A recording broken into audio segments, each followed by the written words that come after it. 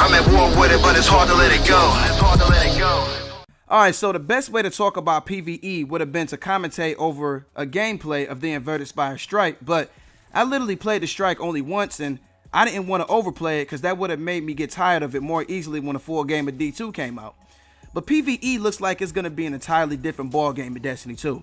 Bungie stated that they plan on doing a better job at releasing content on a more frequent basis, which would make things more predictable and lessen the likelihood that players will take breaks from the game or leave as a whole. That was a huge issue with Destiny 1. And the amount of players that got the game day one or early in the year one who left made the game look like a low-paying job with a high turnover rate. Now, I done kicked around a few ideas with friends some time ago about the way that Destiny 1's DLC released and how it was never consistent. Dark Below came out 3 months after the base game, then House of Wolves in May, then Taken King in September, then finally Rise of Iron in September the next year, and then the free April update at the halfway point of Taken King and House of Wolves. First off, let me ask, what in the world type of consistency is that? Like, why couldn't they just drop a Dark Below size DLC every 90 days and give us some free stuff to tide us over at the 45-day mark? I feel like since they did such a good job with the April update, it would be easy to figure out what people could spend their time doing until the next DLC drop. Maybe if D2 got a free update every 45 days and a paid DLC every 90 days and a Taken King size DLC every 6 months, that would probably be the best way to go. For any other game, that would probably be overwhelming to release DLC that often, but for Destiny, a massive game with a lot of MMORPG aspects, has to always have something to do, or else the players would leave and return when the entertainment is actually there, or never return at all because other games might be more entertaining at the time.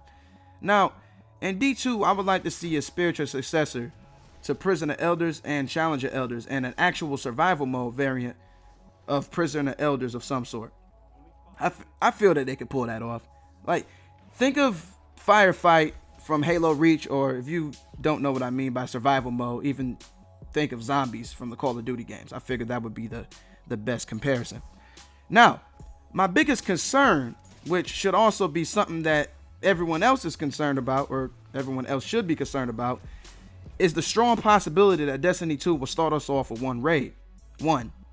Actually, the game more than likely won't even ship with a raid, and Bungie might make us wait an entire week or so for the raid to go live. I suppose this will give everybody enough time to level up, gear up, and prepare themselves for the raid or whatever. But I feel that raiding, and I'm for certain everybody else can second me on this, I feel that raiding is the pinnacle of the Destiny PvE experience. And the mistake of only releasing a few raids cannot be made again. In Destiny 1, we got a total of 4 raids, and out of the 3, we only started off with one of them. Now, 4 raids over a period of 3 years is just completely pathetic. And to make matters worse, the House of Wolves DLC, which was the second DLC, mind you, didn't even have a raid at all. I mean, we were given Prisoner Elders instead. Now, I'm gonna keep it real with y'all when I say that Prisoner Elders was dope, but it wasn't a raid, so you couldn't get the raiding experience from it. I don't know if Bungie thought that Prisoner Elders would be a worthy alternative to raiding, but it didn't get the best feedback from the community. I'm not even lying when I say I have friends that quit playing Destiny as a whole, and because they expected to get a raid in the second DLC, but I mean, it didn't happen. The best move that Bungie could make is ensuring us that we'll get a raid every DLC expansion that we get. And I don't think it's too much to ask for when I say that we should get 2 or 3 raids to start off with. That could be perceived as an apology for the majority of Destiny 1's PvE becoming dry and easy to stop playing. But starting off Destiny 2 with 3 raids would be an amazing move and would help preclude players from becoming disinterested in the game. Bungie's worst fear at this point in time should be the strong possibility that people will have the preconceived notion that Destiny 2 will make the same mistakes as its predecessor. And we will either have to wait until the game releases an enhanced edition that includes all of the DLC released at the time, or not buy the game as a whole. really hope that we don't have that happen again.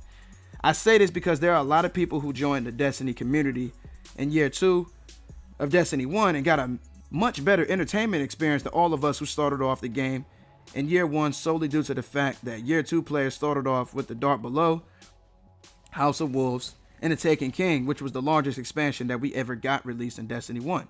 Now, with that all being said, I hope y'all enjoyed this episode of Pre-Destiny 2 Parables. I'll see you in the next episode.